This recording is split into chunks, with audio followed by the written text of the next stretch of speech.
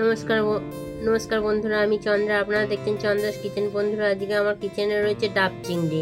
তাহলে চলুন বন্ধুরা, ডাব চিংড়ি করার জন্য রেসিপিটা দেখে নিই। বন্ধুরা, আমি এখানে ডাব চিংড়ি করার জন্য এখানে 300 গ্রাম চিংড়ি মাছ নিয়েছি। চিংড়ি মাছটাকে ভালো করে ধুয়ে বেছে পরিষ্কার করে নিয়েছি। আর নিয়েছি এখানে একটা মাঝারি সাইজের ডাব, একটু শাঁসওয়ালা ডাবটাকে আমি দু পিঠেই কেটে নিয়েছি। কারণ না কেটে নিলে আমি গ্যাসে যেহেতু ডাব চিংড়ি করব, সেই জন্য আমি ডাবটাকে গ্যাসের উপরে বসাতে পারবো না, সেই জন্য আমি দু পিঠই কেটে নিয়েছি। আর বন্ধুরা, আমি এখানে নিয়েছি এক চামচ সাদা সর্ষে, 1 চামচ কালো সর্ষে, আর নিয়েছি 1 চামচ পোস্ত, আর সঙ্গে নিয়েছি 4টে কাঁচা লঙ্কা।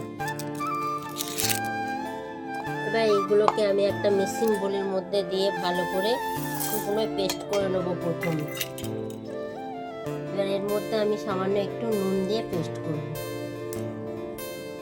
আমি এখানে কালো সর্ষে, সাদা সর্ষে, পোস্ত আর 4টে কাঁচা লঙ্কা এটাকে শুকনো করে পেস্ট করেছি। আর এবার আমি যে ডাবটা নিয়েছিলাম, সেই ডাবের মধ্যে শাঁসটা ছিল, সেই শাঁসটাকে আমি এর মধ্যে মিশিয়ে দেবো। দিয়ে আমি একটু ভালো করে এবার পেস্ট করে নেবো। জল দেবো, দিয়ে পেস্ট করে নেবো। ডাব চিংড়ি করার জন্য আমার মশলাটা পেস্ট করা হয়ে গেছে। এবার আমি এই মশলাটা চিংড়ি মাছের মধ্যে দিয়ে দেবো।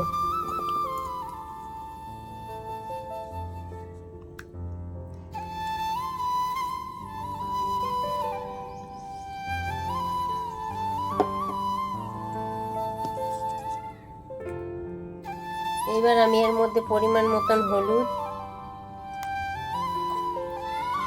স্বাদ মতন নুন আর সর্ষের তেল দিয়ে ভালো করে মাখিয়ে নেব।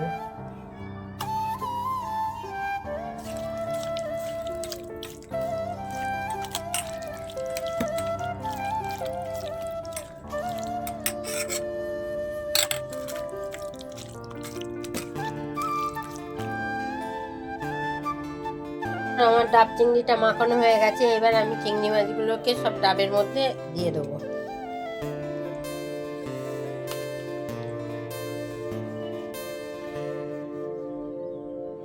এইভাবে আমি সমস্ত চিংড়ি মাছগুলোকে ডাবের মধ্যে দিয়ে দেবো। বন্ধুরা, আমার ডাব চিংড়ি করার জন্য চিংড়ি মাছগুলো সব ডাবের মধ্যে দিয়ে দিয়েছি। দিয়ে আমি এবার মুখটা একটু ময়দা দিয়ে আটকে দিয়েছি। দিয়ে এবার আমি এটাকে গ্যাসের ওপরে বসিয়ে দেবো।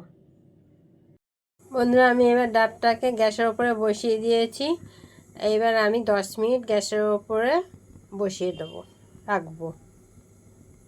আমার ডাব চিংড়িটা হয়ে গেছে। আমি এবার ডাব চিংড়িটাকে নামিয়ে নিয়েছি, ঠান্ডা হলে ঢেলে নেবো।